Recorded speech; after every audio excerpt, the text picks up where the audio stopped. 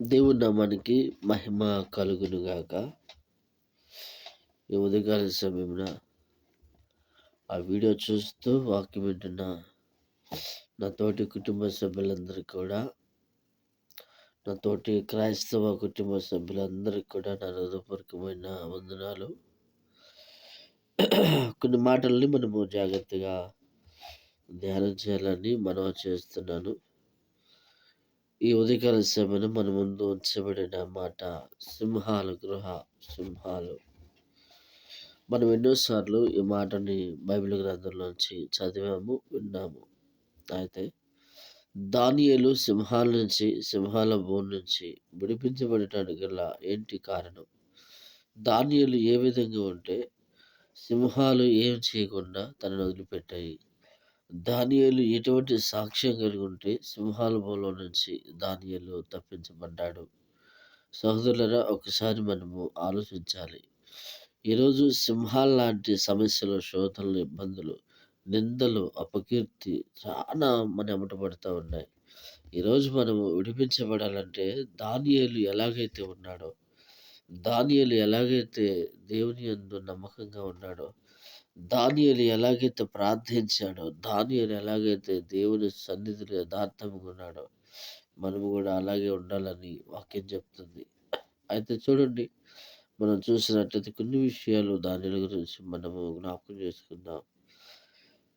చూసినట్లయితే ఆ దానియేలు గ్రంథము 6వ అధ్యాయము మొదటి వచ్చిన భాగం నుండి, తాను రాజ్యం అంతటి పైన అధిపతులను ఉండుటకై 120 మంది అధిపతులు నియమించుటకు ధర్మేషునకు ఇష్టమాయెను. వారిపైన 3 ప్రధానులుగా నియమించాను. ఆ 3లో దానియేలు ముఖ్యుడు.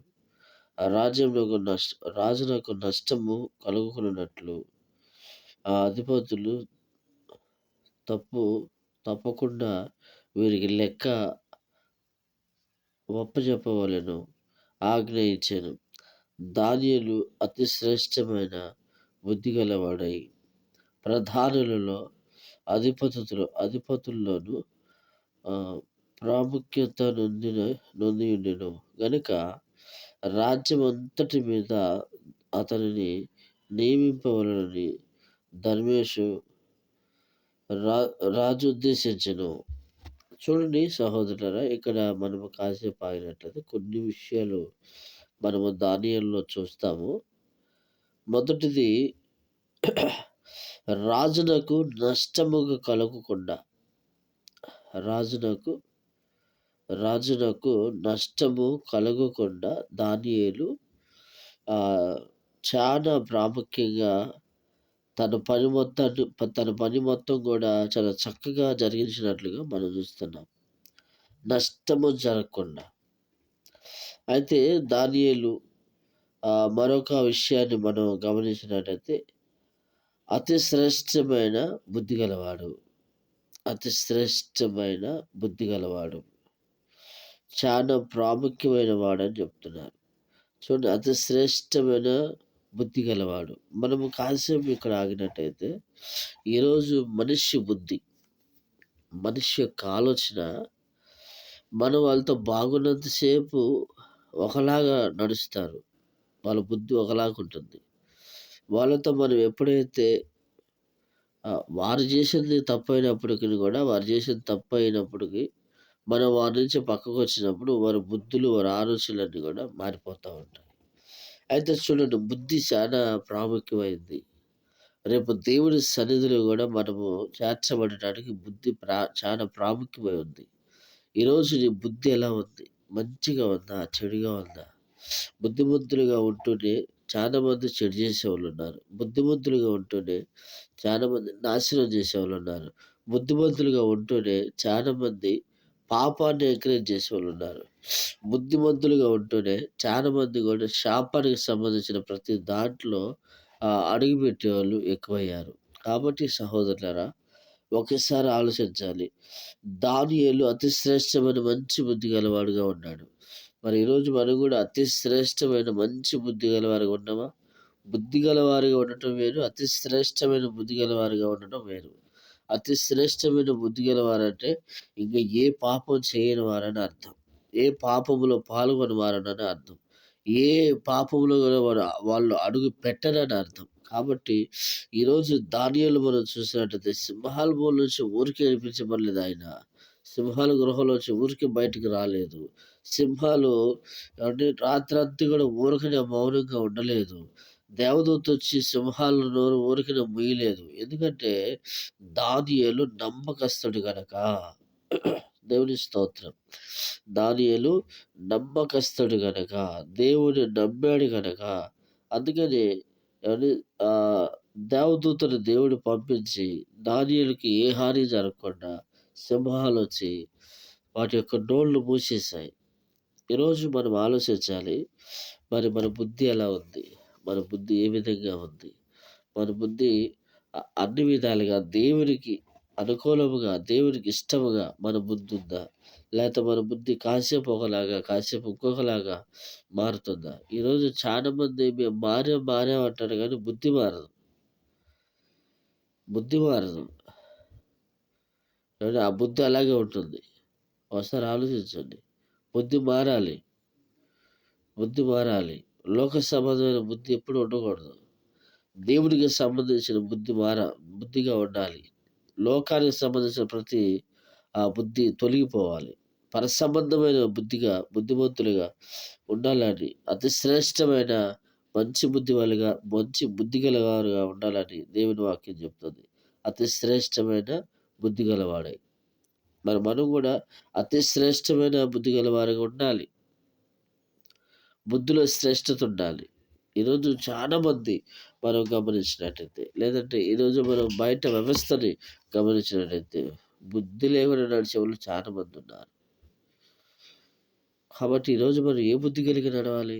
ఎటువంటి బుద్ధి కలిగి నడవాలి? ఒకసారి మనం ఆలోచించాలి. ఎందుకంటే నిశ్చయముగా మనము దేవుని పిల్లలు గనుక చాలా జాగ్రత్తగా మనం నడవాలని దేవుని వాక్యం చెప్తుంది. అయితే మనం కిందకి చూద్దామండి. 4వ వచనాన్ని ఒకసారి మనము పరిశీలించినట్టయితే, అందుకాయన ప్రధానులను, అధిపతుల్లోను, రాజ్యపాలన విషయంలోను దానియేలు మీద ఏదైనా ఒక నింద మోపవలెనని తగిన హేతువు కనిపెట్టుచుండిరి గాని దానియేలు నమ్మకస్తుడై ఏ నేరమైనను, ఏ తప్పైనను, లోపమైనను కనుగొనలేకపోయిరి. చూడండి, మామూలు విషయం కాదు సహోదరులారా. చూడండి, దానియేలులో చూసినట్టయితే దానియేలంట నమ్మకస్తుడై ఉన్నాడంట. ఈరోజు ఎవరండి నమ్మకస్తులు? ఏ విషయంలో నమ్మకంగా ఉంటారు? నేను ఒక చిన్న విషయాన్ని మీ ముందు ఉంచాలనుకుంటున్నాను. నేను సత్యనపల్లి ప్రాంతము పరిశీలన చేయటానికి వెళ్ళాను. ఇక్కడ సంఘాన్ని వేరే వాళ్ళకి అప్పచెప్పి, నేను వచ్చిందాకా చూడమని చెప్పి ఒక అతనికి అప్పగించి వెళ్తే, అతని వల్ల కాలేదు. కానీ మళ్ళీ రెండో సేవకుడిని పెట్టాను. రెండో సేవకుడిని పెడితే ఆ రెండో సేవకులు పరిచర్య చూస్తున్నారు. నేను వాళ్ళ పేరు చెప్పను కానీ చూస్తున్నారు. చూస్తా సంఘాన్ని తన వైపు మలుపుకొని నన్ను వద్దనే పరిశుద్ధాన్ని తీసుకొచ్చారు. నన్ను వద్దని తనని పెట్టుకునే పరిశుద్ధాన్ని తీసుకొచ్చారు. అదే నమ్మకం అంటే. నమ్మకం అంటే ఏంటంటే సంఘాలను చేల్చడమే నమ్మకం. నమ్మకం అంటే ఏంటంటే ఒకరి సంఘాలు ఇంకొకరు లాక్కోవటం. నమ్మకం ఏందయ్యా అంటే ఈరోజు రక్షించబడి ఆల్రెడీ ఒక చోట రక్షించబడి వాళ్ళు బాప్టిజం తీసుకొని ఆత్మీయంగా బలపడుతూ ముందుకు కొనసాగుతున్న వ్యక్తుల్ని మళ్ళీ చర్చిల్లోకి పిలిచి ఆ చర్చిలో పాస్టరు మళ్ళీ వీళ్ళకి బాప్టిజాలు వేయటం. అది నమ్మకం అంటే. నమ్మకం అంటే ఏంటంటే రక్షించబడి ఆత్మీయంగా ఎదుగుతున్న వారికి తిరిగి బాప్టిజాలు ఇచ్చి గొర్రెలు దొంగిలించడం, చర్చిల్లో చేల్చటం, పరిచర్యలన్నిటి కూడా వేరే 12 సంవత్సరాల నుంచి 13 సంవత్సరాల నుంచి కష్టపడి కట్టుకున్న సంఘాన్ని చాలా ఈజీగా, చాలా సునాయాసంగా ఒక నెల, 2 నెలల్లోనే సంఘాన్ని వాళ్ళ వైపు కుయుక్తి చేత సంఘాన్ని వాళ్ళ వైపు మలుపుకొని తీసుకోవటమే వాళ్ళ పని. అదే నమ్మకం అంటే. ఇంక వేరే ఏమీ లేదు. ఓకేనా? అదేనా నమ్మకం? ప్రతిదానికి రేపు లెక్కుంది. ప్రతిదానికి రేపు లెక్కుంది. లెక్క చెప్పాలి. అడిగిపోతారు. ఒకవేళ బతికున్నన్నాళ్ళు ఎవళ్ళో ఇక్కడ అడిగేది, ఇక్కడ ఎవళ్ళో చేసేది, ఇక్కడ ఎవళ్ళో పట్టించుకునేది అనుకుంటున్నారేమో.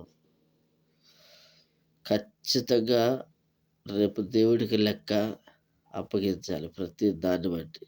అడిగిపోతాను, నేను అడిగిపోతాను. యాడికి పోం. కాబట్టి రేపు దేవుడికి చెప్పే లెక్క కన్నా భయపడండి.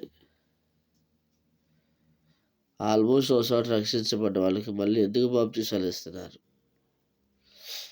నమ్మకం అంటే అది కాదు.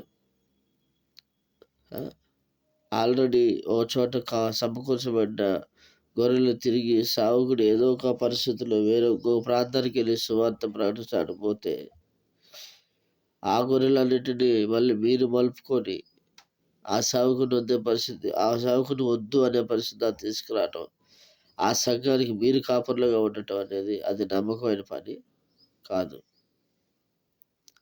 జాగ్రత్త. రేపు దేవుడికి చెప్పాలి లెక్క. నీ పిల్లల మీద, నీ భార్య మీద, నీ రక్త సంబంధికుల మీద ఈ ప్రభావం పడుతుంది. జాగ్రత్త.